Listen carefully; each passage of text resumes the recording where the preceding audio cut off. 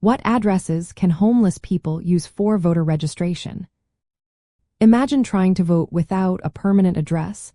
That can seem tricky, but it is possible. Many people experiencing homelessness want to vote and need to know how to give an address on their registration form. The good news is that election officials understand this challenge and accept different types of addresses. You do not need a traditional home address to register. One option is to use the address of a shelter where you stay regularly. Many shelters are willing to accept mail for residents, so you can list the shelter's address as your residence.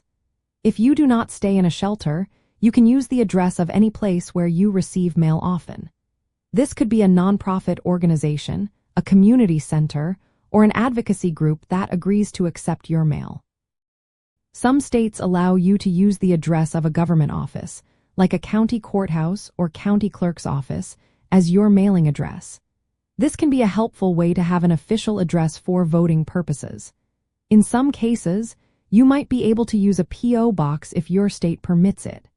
Check with your local election office to see if P.O. boxes are acceptable in your area. If you sleep outside or in a place without a formal address, you can describe your location on the registration form. For example, you might write the park near Main and 5th Street or the corner of Oak Avenue and Elm Street. Many forms have a space for describing your location if you do not have a specific address. In some states, you can list your county as your residence if you do not have a specific address. The key is to provide a location where you usually stay or can receive election-related mail. You do not need to have lived at the address for a certain amount of time, just that it is where you usually stay.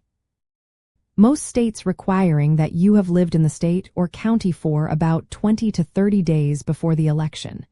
If you are unsure what to put on your registration form, local election offices, shelters, or nonprofit groups can help you.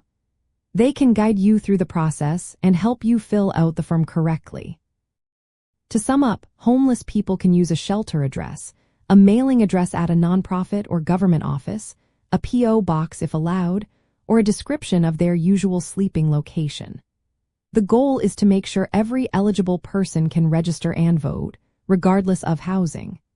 Remember, voting is your right, and there are ways to make sure your address situation does not stop you from participating.